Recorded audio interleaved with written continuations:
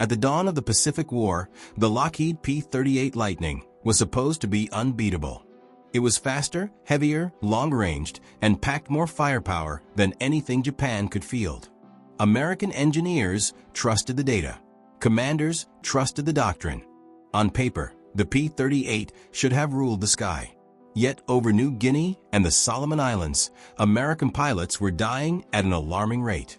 Again and again, Japanese Zeros slipped inside lightning turns and sent them spiraling down in flames. Official explanations blamed pilot error or poor discipline. Pilots were told the aircraft was fine. But those flying it felt something else, an aircraft that hesitated when seconds decided life or death. How did the Zero dominate despite being technologically inferior? And why did every explanation fail to stop the losses? To understand that, you have to look past tactics and training and into the hidden engineering compromises no one questioned, until combat exposed them. The Pacific War erupted across vast distances, where air power decided survival over oceans and jungle. In this environment, the Mitsubishi A6M0 gained an early, terrifying reputation. It was extraordinarily light, stripped of armor, built around maneuverability above all else. At low speeds, it responded instantly to pilot input, snapping into turns with almost no delay. Japanese pilots exploited this ruthlessly, forcing horizontal dogfights where timing mattered more than horsepower. Against heavier Allied fighters, the Zero could reverse direction faster, tighten its turn, and get guns on target first. Those advantages defined early encounters and shaped Japanese confidence in combat. American designers approached the war from a different philosophy. The P-38 Lightning emphasized power, range, and concentrated firepower.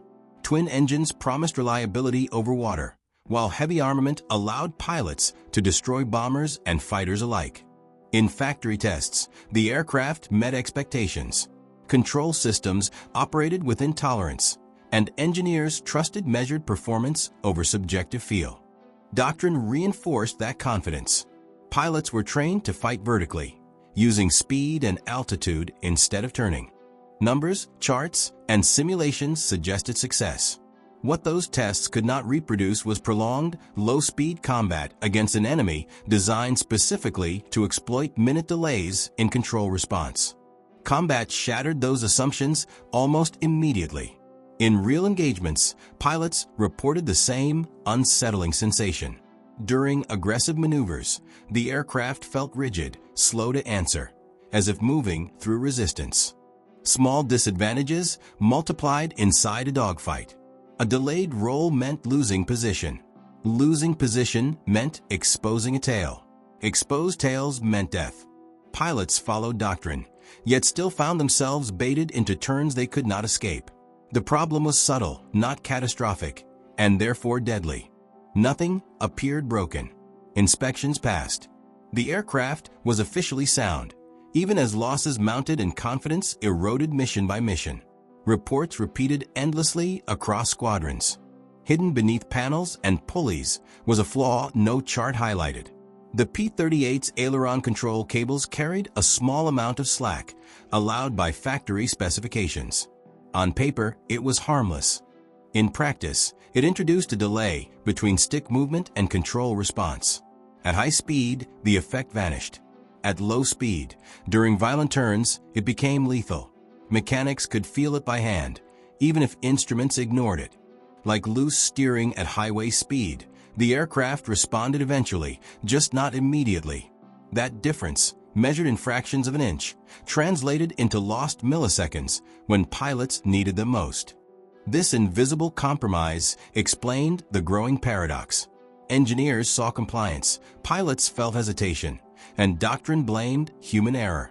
No one questioned whether tolerances designed for safety were undermining survivability.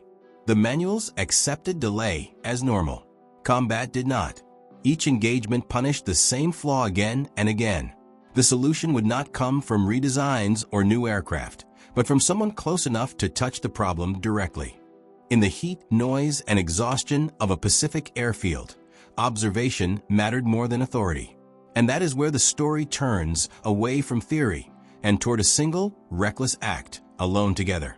If this story is surprising you so far, take a second to support the channel. Leave a like, subscribe, and turn on notifications. Because from this point forward, one decision will change how this war is fought. The airfield at Dowadora was not a place for innovation. It was hot, muddy, and exhausted, carved out of jungle and desperation. Aircraft arrived damaged, left repaired, and often never returned. Technical Sergeant James McKenna had spent 8 months there, crouched under P-38s, tightening bolts and signing logs for pilots who might be dead by nightfall. He wasn't an engineer or an officer. He worked with his hands, and those hands felt something the manuals ignored. When he pulled the aileron cables, he felt the slack, small, acceptable, lethal. Numbers said it didn't matter. His fingers said it did. McKenna had raised the issue before. The response was immediate and final. Cable tension was within factory tolerances. Adjusting it would void warranties, violate regulations, and require approval from Lockheed, 7,000 miles away. The implication was clear: stop asking. The system was working as designed. But McKenna was watching pilots die. Not reckless ones, not inexperienced ones, trained men who followed doctrine and still lost. The problem wasn't ignorance. It was delay, a fraction of a second between intention and response. In a turning fight, that fraction decided who lived. McKenna knew the rules. He also knew the cost of obeying them. On the night of August 16th, McKenna broke those rules. Alone in the hangar, long after inspections ended, he opened the left boom of Lieutenant Robert Hayes's P-38. He pulled the cable again, felt the same slack. Then he reached into his tool bag and pulled out a 6-inch piece of piano wire salvaged from a wrecked aircraft. He bent it into a crude Z shape with pliers, hand slipping, thumb bleeding. The wire wasn't elegant. It wasn't approved. It was a field fix, improvised and irreversible. Installed as an inline tensioner, it added just enough preload to eliminate slack completely. The modification took 8 minutes. It changed everything. When McKenna tested the cable, there was no delay. The control surface moved instantly, exactly with his pull. No lag, no softness. It was what the aircraft should have felt like from the start. He closed the panel, cleaned the blood from his hands, and walked into the night knowing what he'd done. If the modification failed, Hayes would die and McKenna would face court-martial. If it worked, maybe, just maybe, one pilot would come home. There was no approval process left. Only dawn, takeoff, and consequences. Hayes took off at 7:42 a.m. The interception came 30 minutes later. Japanese Zeros filled the sky below, confident and aggressive. Hayes' Dove fired missed. The Zero rolled away. Hayes followed, and felt something he had never felt before. The aircraft responded instantly. No hesitation. No resistance. The Lightning rolled faster than he thought possible. He fired again. The Zero exploded. Seconds later, 3 more Zeros dove on him. Hayes didn't run. He reversed. The P-38 snapped into the turn, caught the enemy off guard, and killed 2 more aircraft in under a minute. Doctrine collapsed. Reality replaced it. 7 minutes after the fight began, it was over. 3 Zeros destroyed. 1 fled. Hayes landed shaking, drenched in sweat, barely able to process what had happened. When he climbed down from the cockpit, he walked straight to McKenna and said 2 words: "It worked." Other pilots had seen the fight from altitude. They noticed something impossible. Hayes's aircraft rolled faster than any P-38 they had ever flown or fought beside. Skill alone couldn't explain it. Word spread quietly, pilot to pilot, mechanic to mechanic. Questions followed, and then requests. Could it be done again? Captain Frank Mitchell didn't hesitate. He asked McKenna directly what he had changed. McKenna told him everything: the wire, the slack, the violation. Mitchell understood the risk and accepted it immediately. He had buried too many pilots to care about regulations. That night, his aircraft received the same modification. The next morning, Mitchell returned exhilarated. The Lightning no longer felt heavy. It felt alive. His wingman wanted the fix. Then another. By August 20th, 9 aircraft had been modified. There were no records, no paperwork. During inspections, the wires were removed, then reinstalled afterward. Officially, nothing had changed. But combat statistics told a different story. Pilots with modified aircraft started surviving engagements they used to lose. Kill ratios shifted. In July, P-38s were dying at twice the rate they killed Zeros. By September, the ratio had reversed. Japanese pilots noticed first. Their reports described American fighters rolling faster, reversing sooner, disrupting tactics that had worked for months. Even ace pilots found themselves nearly colliding head-on with lightnings that shouldn't have been able to respond that quickly. Intelligence units examined wreckage and found nothing new. The change was invisible, hidden inside the airframe, measured in millimeters. The psychological impact was devastating. Japanese pilots had built confidence around predictable delays in American aircraft. That timing was gone. Tactics failed. Aggression turned suicidal. Avoidance orders followed. For the first time, the Zero became cautious prey instead of dominant hunter. By the end of September, American losses dropped sharply while Japanese losses climbed. The war in the air had tilted, not because of new aircraft, weapons, or strategies, but because someone eliminated a delay engineers had deemed acceptable. A piece of wire installed illegally was rewriting outcomes across the Pacific without a single announcement or briefing. Eventually, the truth surfaced. An inspector noticed inconsistent cable tensions. Reports moved up the chain. Lockheed engineers arrived, tested the modification, and confirmed what combat already proved.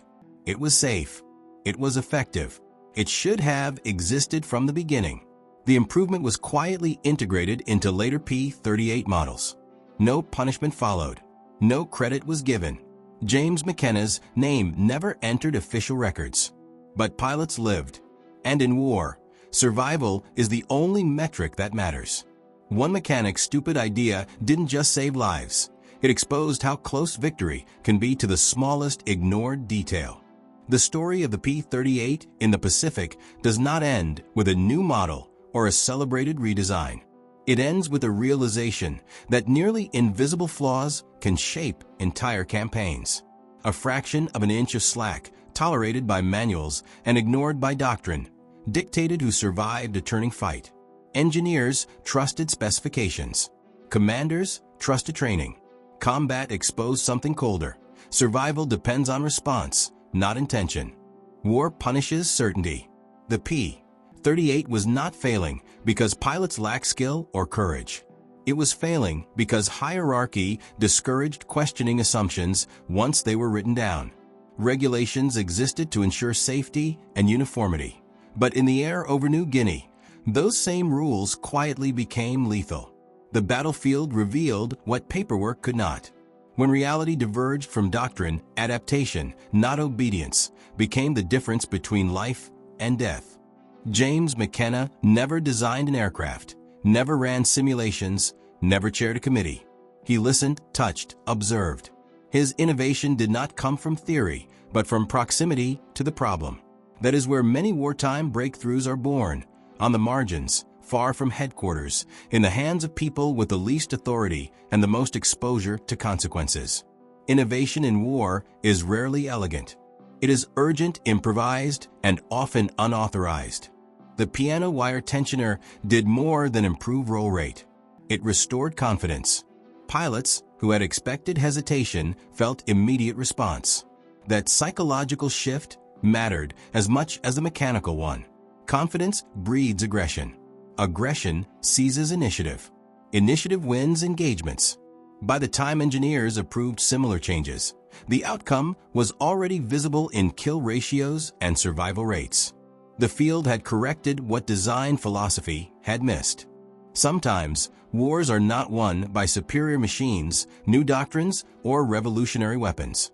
Sometimes, they turn on unnoticed details and people willing to act when systems refuse to listen. The P-38 did not become a better fighter because it was redesigned. It became better because someone refused to accept that Within tolerance was good enough. In war, millimeters matter. And the people closest to the problem often see them first. And if you like seeing how one person can change the course of a battle, discover how American soldiers celebrated Christmas in the middle of the Pacific War. The video is on your screen now. Click and watch that story.